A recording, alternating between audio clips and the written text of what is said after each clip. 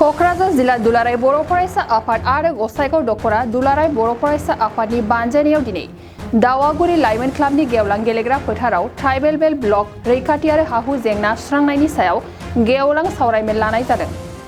मख'नो गोनांदि बे सावरायमेल हाबाफारियाव मिरु एबसुनि आफादगिरि दिपेन बर'आ नुजाथिफैनायजों लोगोसे हाहु रैखाथिनि सायाव ओनसोलनि मेलेमजिबि आरो रायजो राजाफोरनि गेजेराव गुवार आरो गोथौवै सावरायलायनाय जायो। सावरायलायनायजों लोगोसेनो मिरु एबसुनि आफादगिरि दिपेन बर'आ जोंनि खौरांनि गेजेरजों मा फोरमायदों फै जों आबुङै मिथिना लानि। बिथोन बायदि क'क्राझार जिल्ला आरो लोगोसे गसाइगाव आनसलिक आरो दावागुरि बे इउथ कमिटिनि बानजायनायाव बड'लेण्डनि नैबे सोनाबा थानाय संकस दैमानि खाथियाव बे दावागुरि ओनसोल आरो बे गुवार ओनसोलखौ लानानै बे रिपु ट्राइबेल बेल्ट जिहेतु बेयाव गोलैयो बे रिपु ट्राइबेल बेल्टनि गासै रायजो राजाफोरखौ लाफानानै ट्राइबेल बेल्ट ब्लकनि हा हुनि रैखाथि जिहेतु ट्राइबेल बेल्ट ब्लकआनो बर' आरो ट्राइबेलनि मोनसे रैखा कवच आरो बेलेन ब्लकनि बायजोआव थानाय बर' आरो ट्राइबेलनि हा हुनि प्रटेक्शननि बाथ्रा लोगोसे बे बेलेन ब्लकआव गोबां एनक्रचमेन्ट जाबाय आरो दिनै बे एनक्रचमेन्टआ गोबां गाज्रि थासारियाव दङ आरो जोंनि मानसिया जेराव मोनसे समाव ग्रोम ग्रोमै जै रायजो जादोंमोन, आबाद मावदोंमोन, लेखा फरायदोंमोन, गावबा गावनि आसार खान्थि आरो धोरोमनि गेजेरजों गामि गायसननानै गामिखौ जौगाहोदोंमोन। बे ओनसोलफोरा दिनै गुबुनारिनि कब्जायाव आरो इलिगेल एनक्रचारनि कब्जायाव लोगोसेयै जोंनि बर' मानसिफोरनियाव बा ट्राइबेल मानसिफोरनियाव हा हु दङ नाथाय डकुमेन्ट गैया आरो गोबां मानसिनावनो डकुमेन्ट गैया। बे बाथ्राखौ जोङो जेब्ला एनआरसिनि खामानि मावो बे समाव जोङो प्रमान मोनबाय। दा डकुमेन्ट गैयाबा नोंनियाव हा थायोब्लाबो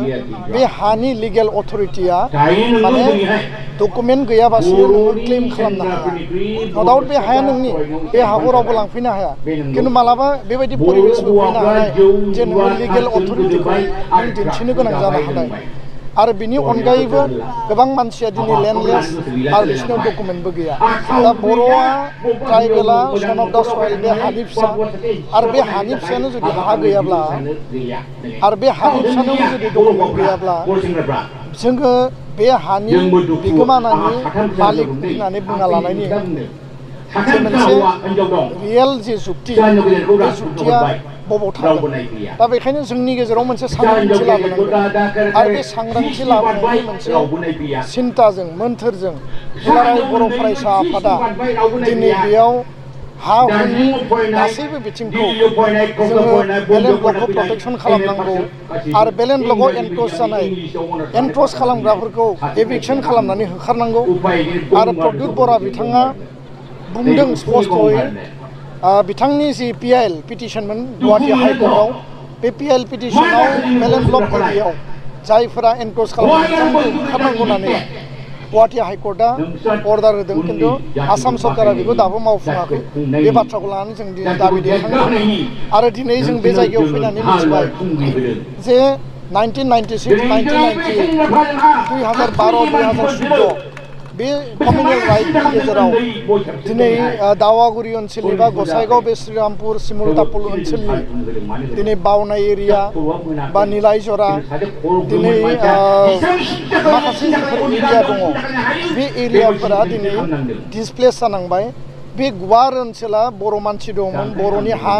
बे हाफ्रा बर'नि नामाव दङ, खिन्थु बेयाव दिनै बर' मानसिफ्रा थांफिननो हायाखै।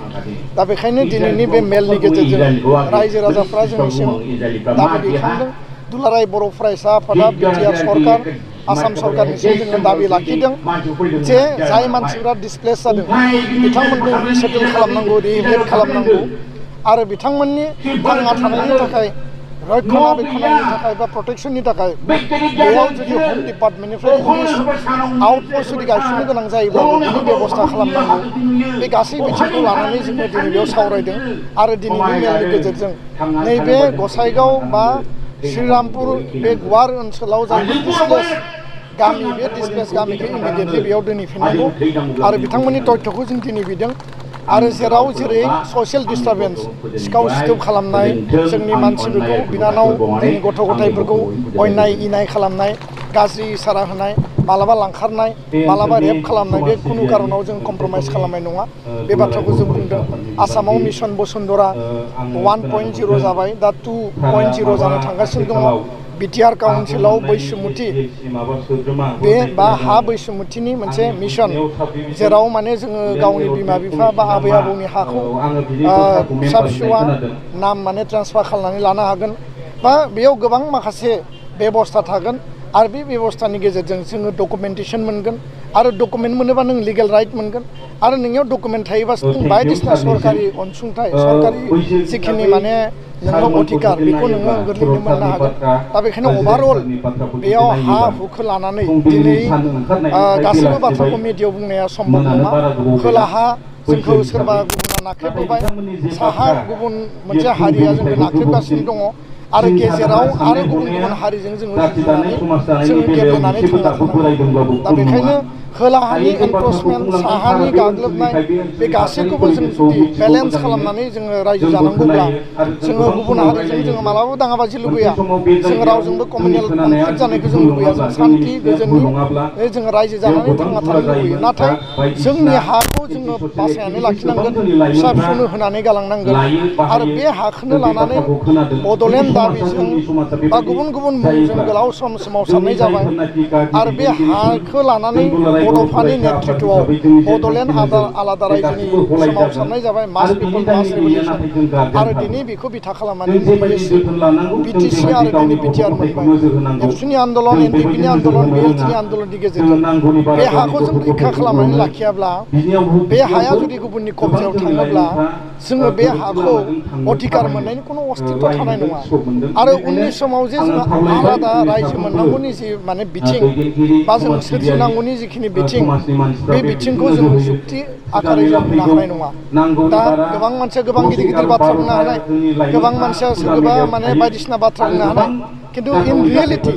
ग्राउन्डआव जेब्ला नोङो गामियाव आइ आफाजों रायज्लायनानै आइ आफानि दुखु जारला बिथांमोननि जेंना जेंसि बिथांमोननि संसार जानायाव रांखावरिनि आंखाल गोरिब गुन्द्रानिफ्राय लानानै लेखा फरायनाय माने नोङो संसार जानायनिफ्राय लानानै गासै जिखिनि थासारि बेखौ नोङो ग्राउन्डआव थांनानै गामिनि रायजो राजाफोरजों रायज्लायनानै नों बुजिनांगोन मिडियायाव खोथा बुंनानै समाज आरो हारिनि जेंना सुस्रांनाया गोरलै बाथ्रा नङा दा बेखायनो गसाइगाव सखरानि दावागुरि इउनिटनि सिङाव थानाय बे गुवार ओनसोलाव जिखिनि हा हुनि जेंना दङ बे स्पेसियेल मोनसे इनिसियेटिभ लानानै उननि समाव बिनि थाखाय जों सरकारजों सावरायनांगौ बिनि थाखाय सोमावसारनांगौ बिनि थाखाय प्रतिबाद खालामनांगौ आरो जि लेभेलसिम लिगेल फाइट खालामनांगौ बे मोनसे स्पेसियेल इनिसियेटिभ दुलाराय बर' फरायसा आफादनि एजेन्डा आरो गासै आसामावनो गासै बड'लेण्डआव आसामाव हा हुनि बे मेटारखौ लानानै सांग्रांथि लाबोनायनि हाबाफारिखौ जों लांगोन आरो बेयाव मोनसे स्पेसियेल इनिसियेटिभनि गेजेरजों रायजो राजाफोरखौ लाफानानै बिथांमोननि अधिकारखौ बिथांमोननो होफिननाय बिथांमोननि डिसप्लेस जाना थानायखौ गावनि गामियाव बेक टु देयार माने भिलेज लांफिननायनि बे मोनसे महत उद्देश्यखौ लानानै जों हाबा मावलांगोन आरो दिनै रायजो राजाफ्रा जों बिजोंबो फैदों गोबां मोजां मोनसे नेरसोन आरो बे मोनसे मेहेरगोनां आरो ओंथि गोनां आरो जोङो बेबायदि मोनसे मेसिभ साइलेन्ट आरो इनार केम्पेइनखौ लाना थांनानै बर' हारिखौ गेरेमसा माहारि दानाय बड'फानि मोन्थोर मोगथाङाव जाफुंसार होनायनि थाखाय जों हाबा मावलांगोन শ্ৰদ্ধাৰ কোকৰাঝাৰবাসী জনগণ ইয়াৰ দ্বাৰা কোকৰাঝাৰ পৌৰসভাৰ অন্তৰ্গত অঞ্চলত বসবাস কৰা জনগণলৈ এটা জৰুৰী ঘোষণা আগবঢ়োৱা হৈছে।